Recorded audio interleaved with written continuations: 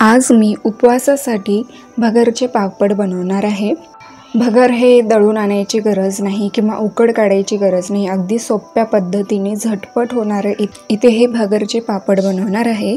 चला तर मग रेसिपीला सुरुवात करूयात। तर इथे मी 1 वाटी भगर घेतली आहे। भगर हे पहिले आपण स्वच्छ असं 2-3 वेळा भगर धुवून घ्यायचं आहे। पाणी घालून हे भगर स्वच्छ असं धुवून घेऊयात।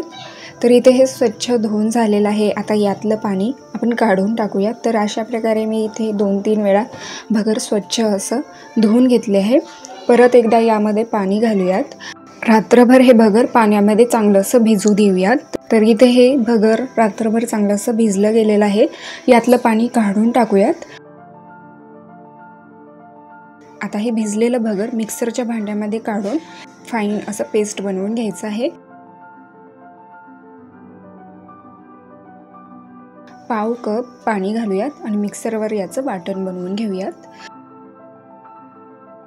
तर इथे एकदम बारीक असं याचं हे पेस्ट बनवून घेतले आहे आणि आता हे पेस्ट एका बोलमध्ये काढून घेऊयात।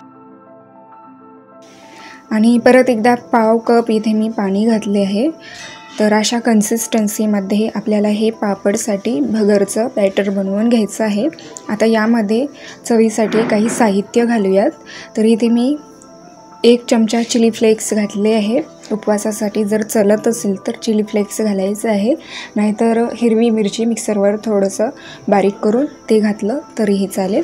चवीनुसार मीठ घालूयात आणि अर्धा चमचा इथे मी जिरे घातले आहे आणि 2 चमचे यामध्ये साबुदाण्याचं पीठ घालूयात। साबुदाणा हे भाजून नंतर मिक्सरवर त्याचं पावडर बनवून घ्यायचं आहे। साबुदाण्याचं पीठ टाकल्यामुळे पापड हे चांगले होतात, चिरत नाहीत। आता हे सर्व व्यवस्थित असं मिक्स करून घेऊयात। तर इथे हे पापडसाठी बॅटर बनवून झालेलं आहे। तर आता आपण पापड बनवून घेऊयात। तर इथे हे प्लेट घेतलेले आहेत आणि प्लेटला तेल लावून घेऊयात। तर पहिलेच आपल्याला तेल लावायचं आहे, नंतर प्लेटला तेल लावायची गरज नाही। तर आता आपण बॅटर घेऊयात आणि हे बॅटर 2-3 चमचे बॅटर आपण या प्लेटमध्ये टाकून घेऊयात आणि अशा प्रकारे हे बॅटर या प्लेटमध्ये पसरवून घ्यायचं आहे। जाडसर असं आपल्याला याचं लेयर नाही लावायचं, थोडंसं पातळ असं आपल्याला हे पापडचं लेयर किंवा हे बॅटरचं लेयर या प्लेटमध्ये पसरवून घ्यायचं आहे। अशा प्रकारे इथे हे बॅटर ह्या प्लेटमध्ये ओतून पसरवून घेतले आहे। याच प्रकारे स्टीलचं किंवा प्लास्टिकचे जे कंटेनर असतात त्याचे टोपण वापरलं तरीही चालेल। पापड आता स्टीम करून घेऊयात। तर कढईमध्ये 2-3 ग्लास पाणी घातले आहे। यावर आता एक चाळणी, अशा प्रकारची होल असलेली चाळणी यावर ठेवूयात आणि यामध्ये आता आपण जे पापडचं बॅटर टाकलेलं प्लेट आहे या चाळणीमध्ये ठेवूयात आणि यावर झाकण ठेवून 20-25 सेकंद आपण हे पापड स्टीम करून घेऊयात। त्यापेक्षा जास्त स्टीम करायचं नाही, नाहीतर पापडांना चिरा पडतात। फक्त 20-25 सेकंदच आपण या पापडला स्टीम करून घेऊयात। स्टीम करून झालं की आता हे जे गरम प्लेट आहे हे एका चिल पाण्यामध्ये ठेवूयात। प्लेट पूर्णपणे थंड झालं की यातलं जे पापड आहे अगदी सहजरित्या निघतं। फक्त प्लेटला थंड करून घ्यायचं आणि चाकूने या पापडाचे कडा सोडवून घेऊयात। अशा प्रकारे कडा सोडवलं की आपल्या प्लेटमधून हे पापड अगदी सहजरित्या निघतं। आधीच आपण या प्लेटला तेल लावलेलं आहे, परत या प्लेटला तेल लावायची गरज नाही। अगदी सोप्या पद्धतीने आपण हे प्लेटमधून हे पापड निघू शकतात।